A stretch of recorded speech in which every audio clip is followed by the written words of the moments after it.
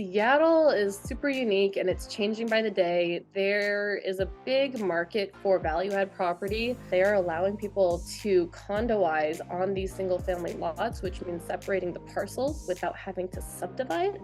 And so you are able to, in a way faster and cheaper process than subdividing, get two separate tax IDs, which increases your property value immensely. We will figure it out. We will figure out the down payment assistance. We'll figure out the employment. We'll figure out how to get your credit up.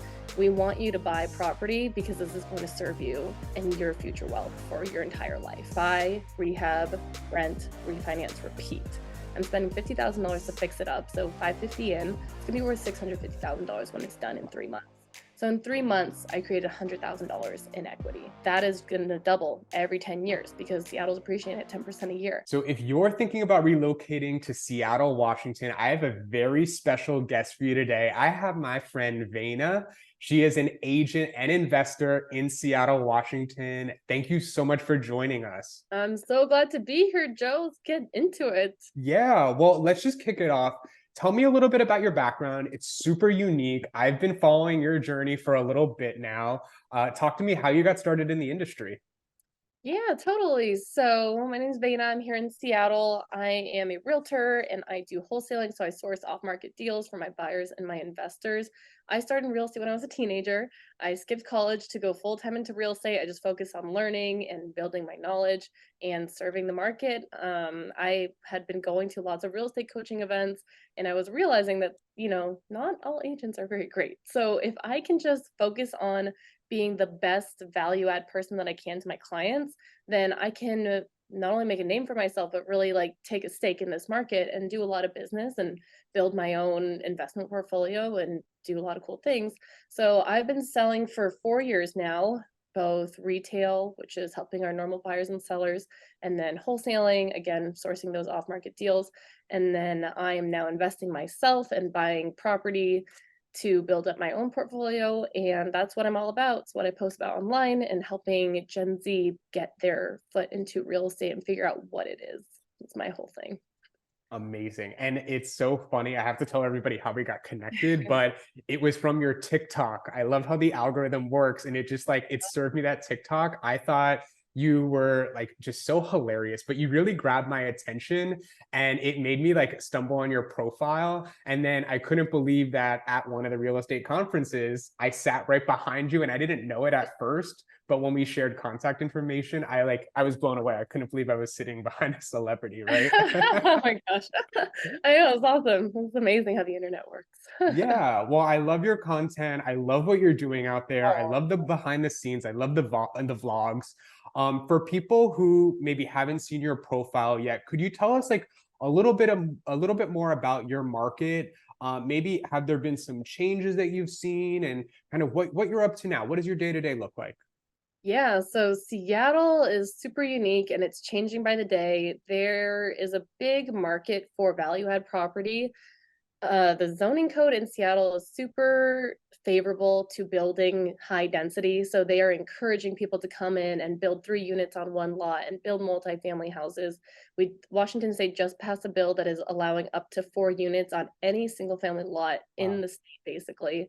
And so there is a big rush to people who are buying small houses on big lots where they can either knock it down or build a bunch of units next to it. And the other thing is that they are allowing people to condoize on these single family lots, which means separating the parcels without having to subdivide. And so you are able to, in a way faster and cheaper process than subdividing, get two separate tax IDs, which increases your property value immensely. So, in a normal situation, you build a mother-in-law in your house, it really doesn't add that much value. But in a market or a city or a zone where you can condoize, because you can separate out that tax ID, then it's worth its own house.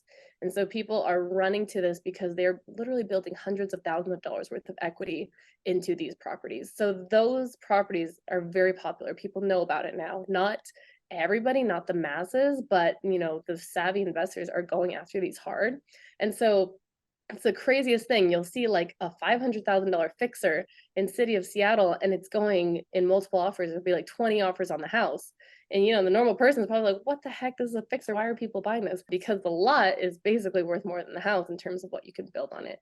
So those properties are very valuable. They are going in multiples. There's high demand in the market. Obviously, you know, just like most of the country, we're in a seller's market. Surrounding areas of Seattle, the suburbs are pretty regular, if you will. You know, sometimes if it's a hot listing, then it'll go in multiples and go over list price. But the other ones will just sit for a while, 20, 30 days on market. But the activity's hot, you know, it's not slowing down. Appreciation in Seattle is amazing, and that's why people buy here. I didn't even know that about, because subdividing, like here in Miami, it's such a process and you have to go Yep. through like the county and you have to get approval and you have to show plans and everything. But to condo, I like, wow, that's a Mhm. huge win for buyers who are investors and getting in that. And then Oh that's yeah, really special. it's I the don't think play. anyone else is doing that. There's only a few, like California, I know does it. I think there's some parts in Texas, some parts maybe Florida, but yeah, it's not crazy huge. Wow. So talk to me a little bit more. We'll start with the investor first. So when somebody reaches out to you and they're looking for an investment property, like what does that journey look like with you? So when I'm working with investors, they usually are finding me online and they're like, "Hey, Vayna, I saw, you know, I'm doing a detached unit play on my house in Seattle, I'm making a lot of content about it." And they're like, "Hey, I want to do what you're doing. It looks like you're going to build a ton of equity into that." So, you know, it's always start with a consultation, just simple conversation about what their goals are, what they want to do, how much they want to invest into a property. You can get these properties for as little as 5% down if you live in them. You can house hack them. The good news is there's all kinds of ways that we can get people into these properties because that's the goal, right? We just want people to buy property overall, especially the next generation. We will figure it out. We will figure out the down payment assistance. We'll figure out the employment. We'll figure out how to get your credit up. We want you to buy property because this is going to serve you and your future wealth for your entire life, right? So we always start there. What is this property going to do for you? And then we'll, you know, we'll look at the market and we'll see what the ideal type of property is based on your goal. You know, do you want to buy something that you fix up and DIY flip and then add your extra unit in the back and build your equity in? Do you want to just buy something turnkey that you can add something in the back on? You want to convert a basement? Obviously, you know, house hunt, and we'll connect you with my lender who's great, super investor friendly. We can get you rehab loans to do the what do you call it? To do the rehab, right? To Mhm. do the repair. Again, still 5 or 3% down. There's a lot of different ways that it could go. So it just starts with that, you know, figuring out your goals and what you want to do and then what that's going to look like for you. Because if you just run into this, it can get pretty stressful. You don't know what you're doing, you don't have the right people behind you, you hire the wrong contractor. That's what we want to avoid. So definitely we'll get you the right contacts, we'll get you the right architects, the builders, contractors, and make sure that you are set up for success from the beginning. Wow. Yeah, that end-to-end experience, just having all your bases covered for your investors. So Mhm. with all that said, I think that there's some overlap. What advice would you give for somebody who's a first-time home buyer or somebody who wants to get into property? Maybe they're renting right now, maybe they're living with the family. What advice would you give them from, your investor side that you could take on to residential? Yeah, I would say that is an issue. It's not like a bad thing, but I think think about not enough people think about buying a house in the terms of investment perspective. That would be my advice is to buy a house hack or a burr. You know, a big Okay. issue is affordability and we can't afford the monthly payment on the mortgage. The interest rate's too high, right? Rent the rooms to your friends. Buy a multifamily and rent those other units out. You know, it's all possible. It's not going to be easy, but it's like 100% worth it. You know, you and I know the power of home ownership, but the average Gen Z doesn't even know why they should buy a house. They think that it's the norm to rent their whole life. Renting is convenient, right? It's cheaper than the 7% interest rate. But in the long term, in a major market like Miami or Seattle, where the appreciation is 5 to 10%, it is 100% more worth your money to buy than rent. So whatever it is, just figure out how you can buy a house, right? Understand what this is going to do for you. That even though your monthly payment's high, like I said, rent the rooms, rent the units, but the appreciation is going to make up for that high monthly payment in the long run. And Yes. so you shouldn't think of it short term. You should think of it long term. You should think about buying a house today and keeping that house, buying another one in 1 or 2 years, buy another one in 1 or 2 years. If you're young and you don't have a ton of responsibility, go and do the house hack thing and buy a new house every couple years so that you can have this stack portfolio, and then you can retire in your 20s or 30s, literally. Yeah, like you. That's the goal. Yep, that's Yeah. that's the plan. I'm 22 today. Their goal is like 25. I'll have the option to work or not work based on buying all these houses. Yeah. And I want to talk about your license plate. So tell us what is, well, I know you put P, but what is Burr and what is house hacking? So, burn house hack. My license plate says material girl, right? That is my thing, I guess. I'm a material girl. Like, that's it, right? And me being a material girl, I want to be able to not work so that I can spend the money on things that materials, I guess, things that I like, things that I like to do. I like to travel. I like to buy designer things. I love pink.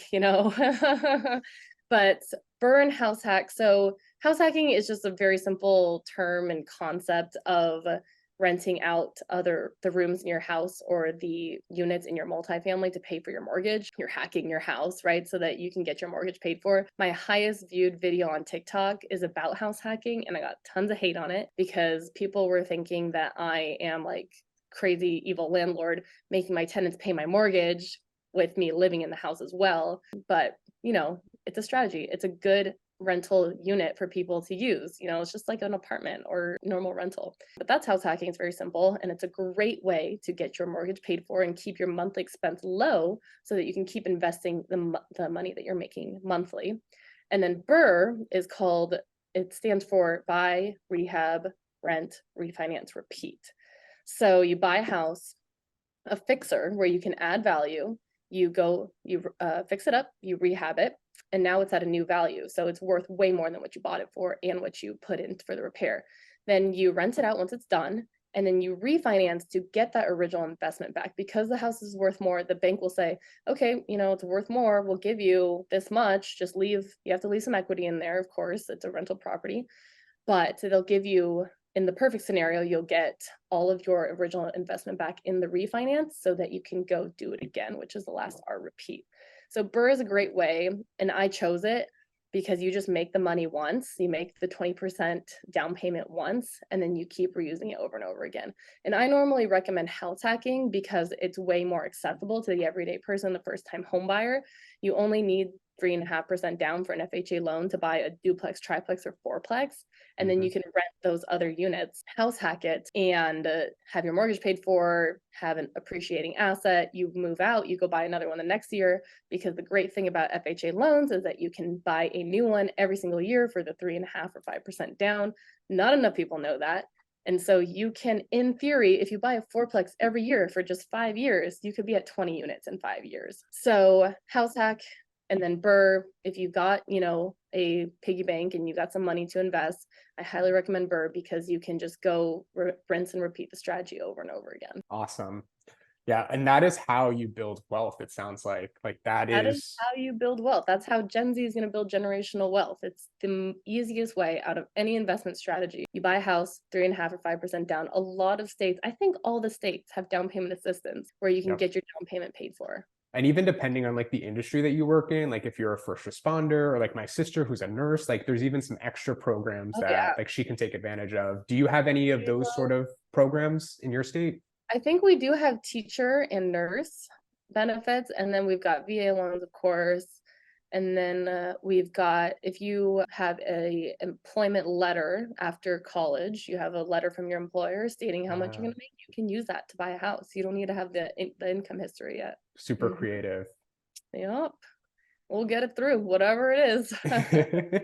Can you share what Gen Z should know about the home buying process in Seattle and in Washington? So what Gen Z should know about buying a house in Seattle is that, let's see specifically, it is simple to get approved for your mortgage, credit, employment, debt history, right? Those are the three things.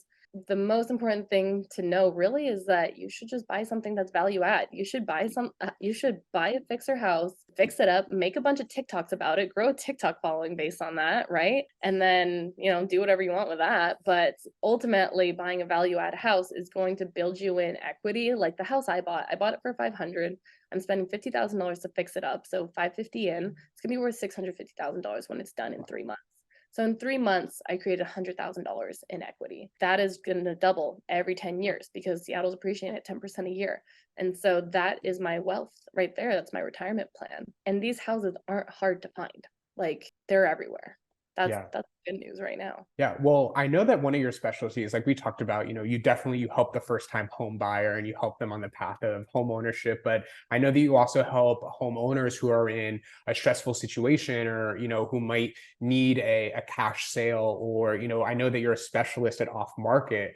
Talk to us a little bit more about that side of the business that you operate. Exactly, that's the other end of it. So I do help a lot of first-time home buyer, a lot of investors I work with, and then on the other side, I'm directly working with the sellers. I have a team who cold outreaches to sellers to look for the people who need help in their situation. So if you know someone, in your market who is going through a tough time with their house, they need to sell it, they need to sell fast, they can't wait to sit on the market, or they just hate realtors, then that's where, we would come in as an off-market specialist. We deal with this every day. We've seen every situation. We've dealt with probate, we've dealt with shutoffs and things like that. So we're able to offer them cash for their houses and close on their timeline, just help them get out of the situation, get them their money, and let them be on their merry way. And then I turn around and I sell those houses to my investors. So it's very full circle. I deal with the whole cycle there. But yeah, it's been really great. We've got great reviews from the people we've helped get out of their houses and just turn a new leaf. We've got a lot of experience and we can help anyone in any situation. That's what I love about you and like watching your content is that it's not just like, oh, look at this house I just sold or this house that I just listed. It's like, no, here's how I'm helping people. Like, here's how I help this person, buy Mhm. their first investment. And here's how I help this seller. And you're just like such a good people connector in your market, which is why I had to have you on. Oh, Um, I appreciate that. yeah, no, so like for that person who's looking to relocate, maybe they're looking to relocate from Miami. They're done with the heat, right? And they want to Mhm. come up in your market. What's some pieces of advice that you would give them if they were a buyer looking to purchase, with you? I would just say definitely do your research on the neighborhoods and the areas here. Figure out where you want to live. Seattle's very diverse. There's a big benefit to living outside of Seattle too. Like I live just south of Bellevue, which is the second major city in the state, maybe third if you count Tacoma. But I'm on the east side and it's really, really convenient. I'm like 15 minutes to Seattle, I'm 10 minutes to Bellevue, I'm 20 minutes up north, I'm 30 minutes to Tacoma. If you want to live near the freeway, that's going to be a big consideration. If you want to avoid traffic at all costs, that's a big consideration. But, I've got a YouTube channel where I go down over all the areas. And so that's a really good place to start.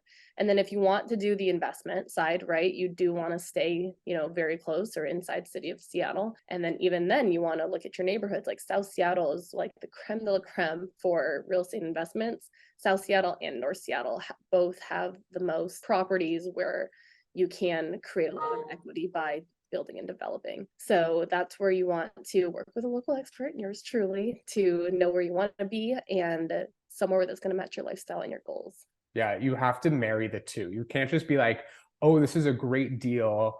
Right. But it doesn't Mhm. match like I can walk my dog, I can do this, my yoga studio, like all of that kind of 100%. stuff. 100% stay true to your standards because if it hits only one thing on your buy box, you're going to end up very unhappy. I'll tell you from experience. Totally.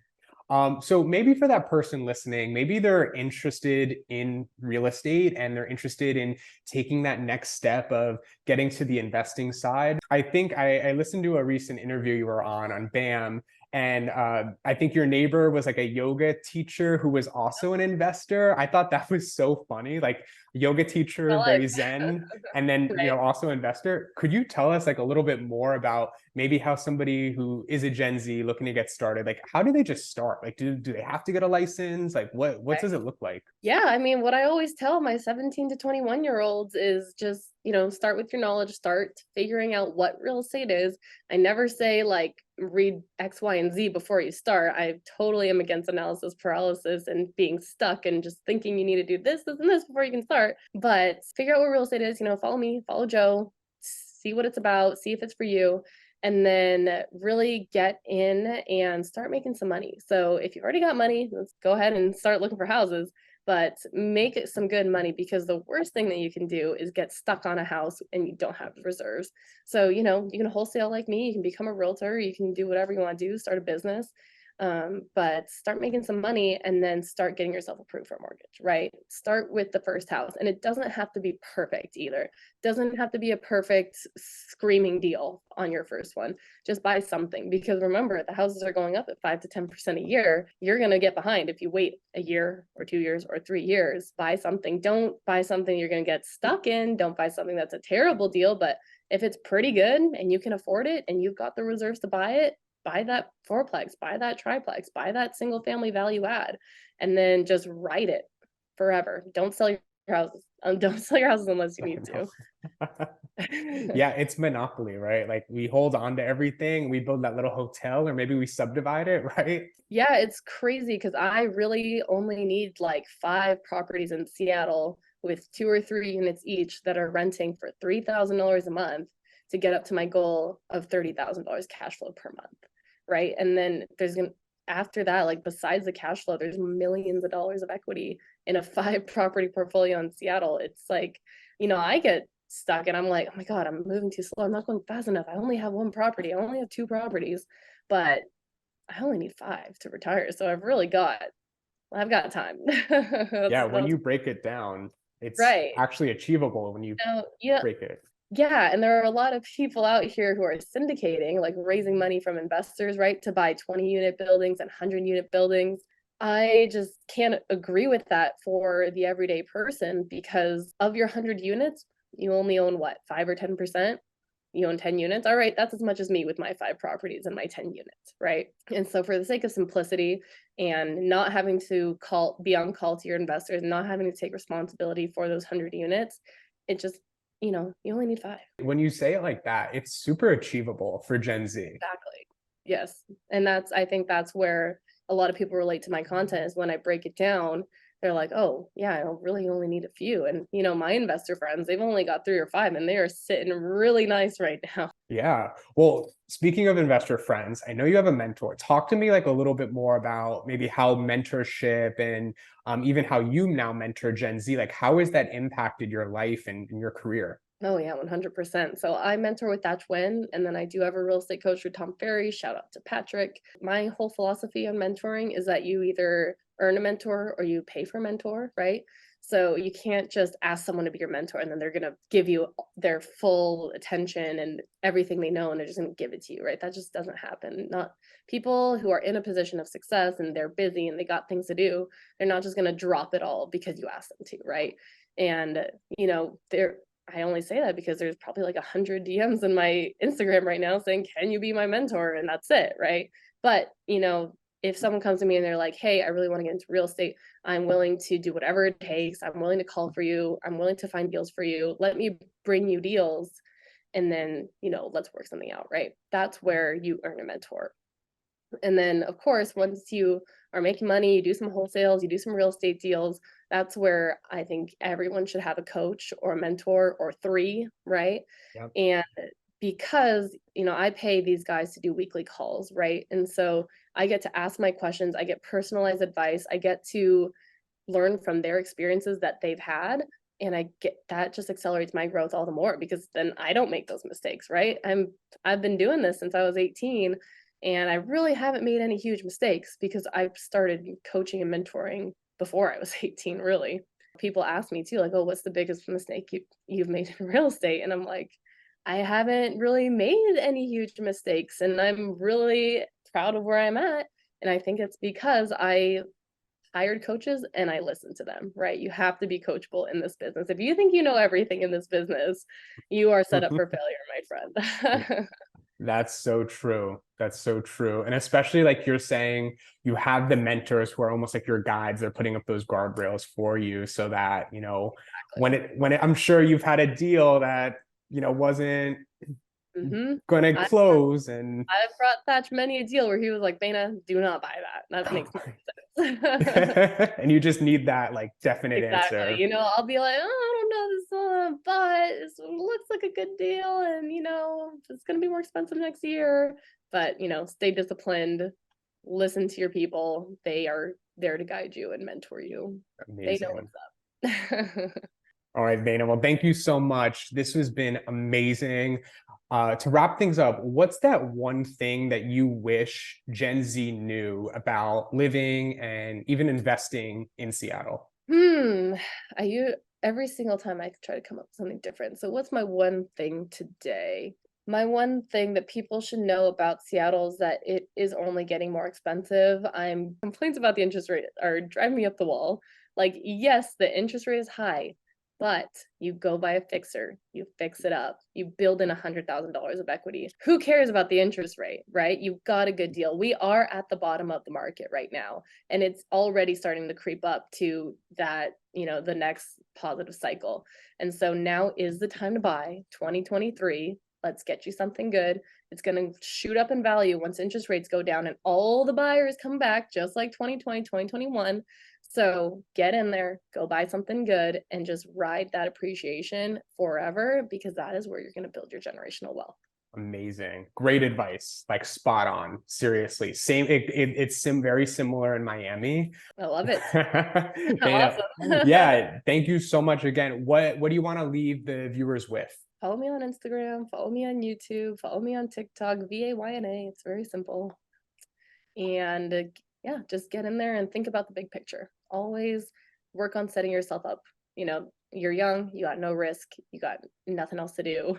Go set yourself up for the future so you can live a great life. Awesome. Thank you so much, Vayna. This was such a great chat. I know there's so many good nuggets in here. And I know that people are going to be listening to this and it's going to be a light bulb moment for them. And they're going to be like, hey, like, doesn't matter my age. Like, I can get into real estate investing, whether I'm super young or maybe I'm a little more mature and I'm feeling like I missed the mark. Like, no, like, let's wipe that away. And like, I can get started today and now.